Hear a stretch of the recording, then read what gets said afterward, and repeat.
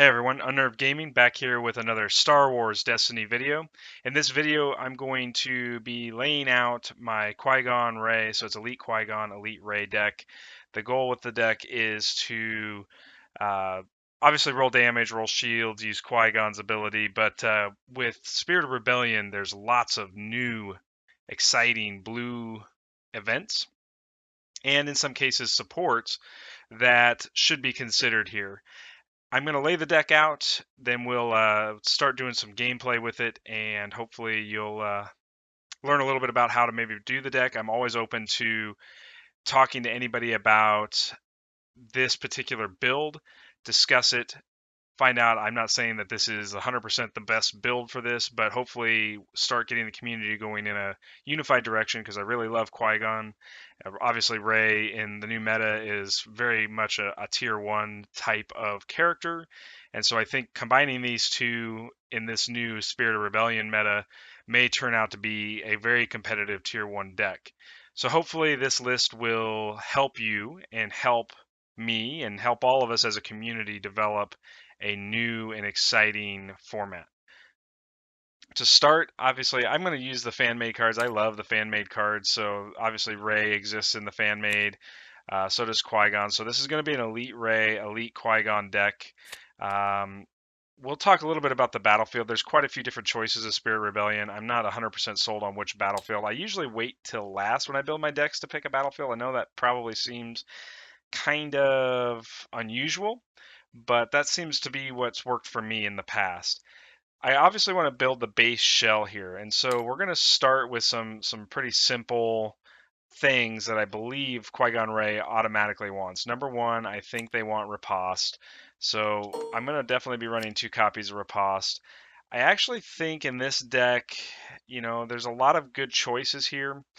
We definitely want one with the Force, so when one of our characters goes down, we are pushing out another dice that's really solid. I think Jedi Robes in the opening turn on Rey is really good, or Qui-Gon in this case to get him shields. So I think those two are almost must-haves in this deck. I don't think you can officially get around that. You could play defensive stance, but I think there's a lot better cards in the new set here that are going to make this a much more potent deck. I'm also going to leave the Luke's lightsaber out, and I'm also actually going to leave out Rey's staff as well. I was thinking about both of these cards in this deck, but again, goes back to what are the things that are going to be available inside of Spirit of Rebellion that will matter. So I'm going to go over to the neutral cards first from Awakenings because I think there are some definite cards we want to include here. I think we want to definitely include a couple of deflects. The range decks aren't going away. I know there's been a rise in melee power in general, but I do believe that these decks are there and are going to remain for a while. I really like Force Training. I'm going to put that into my upgrade suite. I think it's a really good card. I actually like it better than the Makashi just because it does have the one range side, just in case your roll modifier can't resolve. We're going to move forward. Lightsaber and Force Throw are going to be maybe cards, so I'm going to put them out here and see what the deck needs as we move forward and kind of go from there because we've already got 6 upgrades. As a general rule, I like to have 6 upgrades per character in terms of my deck building rules, but obviously that gets really high when you've got a 3 character list, and so it really probably comes out more around 5 a character, but in a 2 character list, I still want to make sure I'm drawing upgrades, so I typically try to run between 12 and 14. In this new meta, we're gonna go to the Spirit of Rebellion cards here. There's a lot we can look at doing with this. So this is a really good card now. Raised dice are just not all that great. So the fact that we can now just load her up with 3 shields and combo in with a riposte is really, really good here.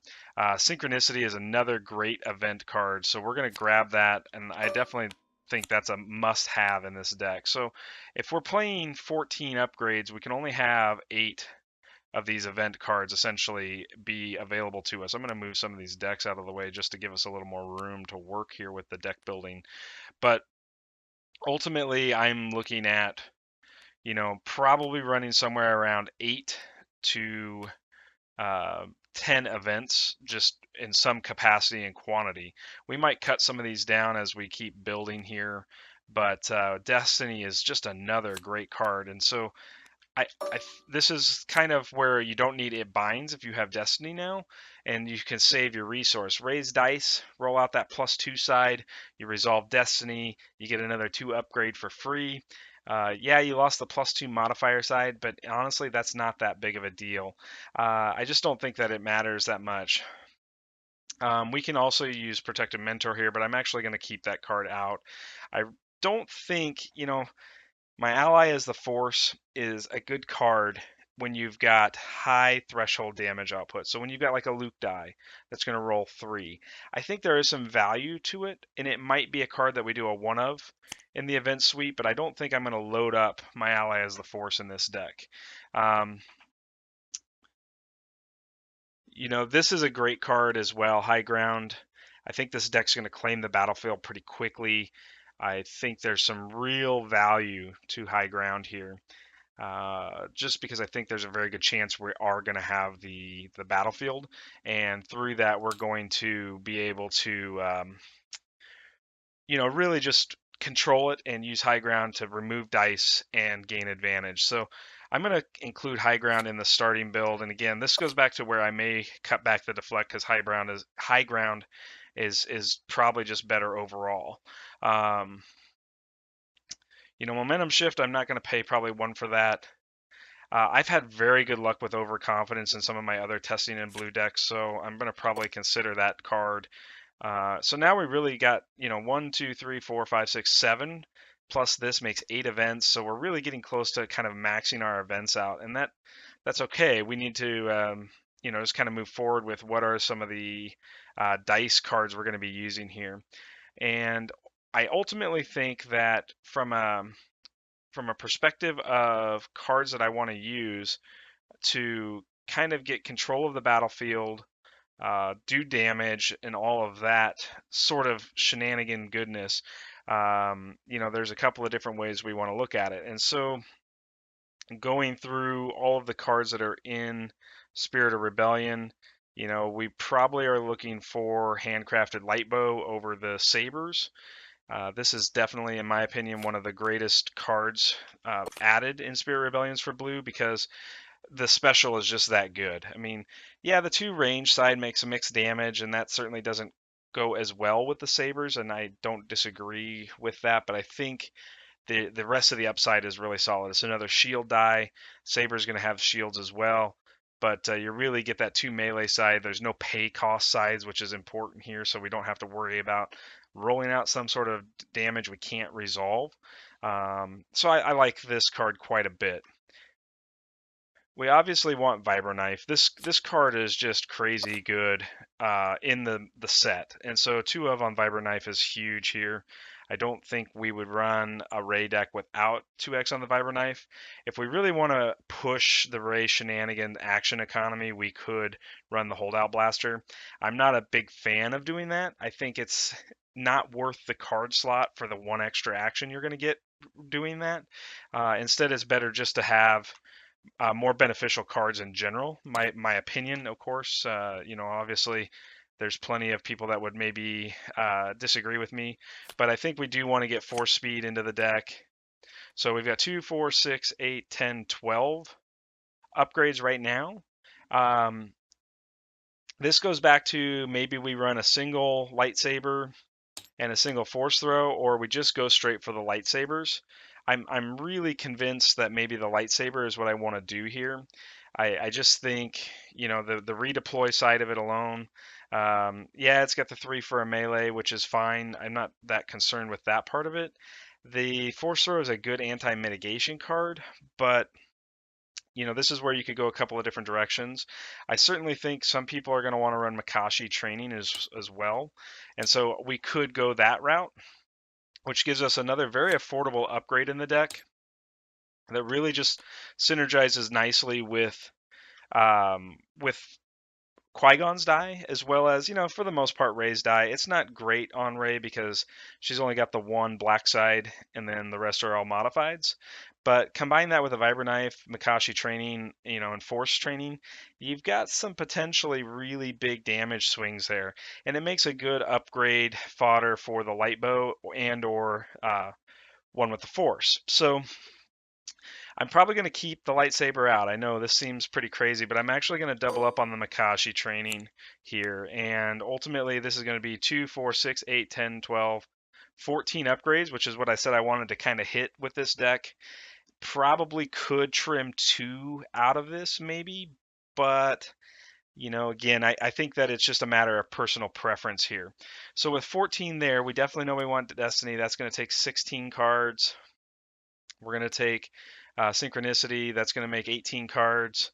We're going to take the Caution because Rey's dice sometimes just don't roll great, and Caution just gives us 3 shields instantly on her, which is really great for riposte. You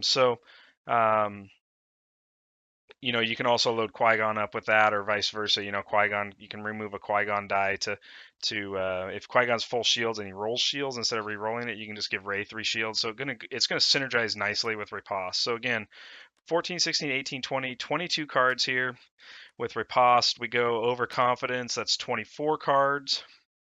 We go high ground, that's 26 cards. Now we've got some room to do a couple of different things here, and there's definitely lots of options in what we would want to do. Some people would say, let's play Your Eyes Can Deceive, which is after one of your dice rolls a shield, you may exhaust the support to turn an opponent's die to any side. I think we've got the space. I'm going to test it. I want to test this card. I'm not convinced this card is all of that in a bag of chips, but that's okay. So 2, 4, 6, 8, that's 16, 18, 20, 22, 24, 26, 28. We can run the double deflect here, or we can look at running some other cards like Guard could be a card here that we could use. Boy, if I could spell. So Guard is a pretty good card in this matchup. Remove one of your blue dice showing melee damage. Remove a number of your opponent's die equal to the value you just removed. Really good card for Rey, pulling out lots of control. So I think I'm going to run the Guard, and I'm going to leave out the deflect and my ally is the Force. These are bubble cards. This is what I call tech cards. This is where you go, okay, what are your cards that you may go, oh, what do I think may or may not be great in this deck, or that could be trimmed or cut. So this is going to be kind of the shell that I'm going to run for my Qui-Gon Elite Rey deck. I know there's no force throws, no lightsabers. Some people may think that's kind of crazy. I think the handcrafted light bow is going to get a lot of use. It's going to be on a character that ultimately my opponent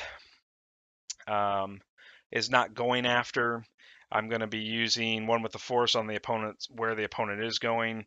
Makashi training, those things can all kind of move their way over. And so from there, it really just comes down to battlefields. And there are a lot of different battlefields here that would work. I like Secluded Beach in this deck.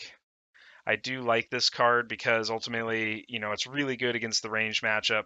It doesn't harm me in any way. It really doesn't. I mean, it could. I mean, in theory, right? If my opponent claimed I had a one with the force die out showing 3, or the handcrafted light bow was throwing range, it could hurt me. But it's a pretty small impact overall. Otherwise, we can do the moisture farm to gain resources. We could do the war-torn streets. The secret facility is kind of nice because that does help enable an even earlier claim, but I think this deck is going to claim fast enough not to matter. And so then from there, I think it really comes down to, is there really a good card here? Otogunga might be really good, or we could go back to some of the Awakenings. We could run the Frozen Waste to remove a character die, or we can run Echo Base to get a shield. I think all of these things are going to allow us to get shields pretty big, so I don't think Echo Base is the best here.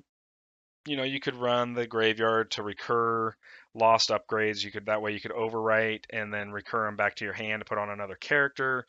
There's a lot of really good battlefield choices here, in my opinion. I'm going to run the Graveyard, though. And the reason I'm going to run the Graveyard is because what I want to be able to do is go, okay, I want to be able to overwrite things like force training with one with the force, get force training back and get it back onto Qui-Gon or Rey or whomever is not getting focused down. And in theory, the idea behind this is that I'm recurring back upgrades that may be lost because there's no redeploy in this deck. So I think having no redeploy means Starship Graveyard. If you run the lightsabers, instead in your shell, maybe there's a different battlefield here. Separatist base could be good. You could also go back to any of the other ones that I discussed here. So tell me what you think of the deck. Tell me what you think could use some help, or if there's some improvements that could be made to it, or if you think there's a card that just really must be included that's not included in this deck right now. I appreciate your feedback. If you like this video, please give it a thumbs up. If you like my channel and the Star Wars Destiny content, as well as other content that I'll be bringing along the way, be sure to subscribe, hit the little bell notification so that you're notified every time I upload a new video, and we'll talk to you soon. Watch for gameplay vids coming soon.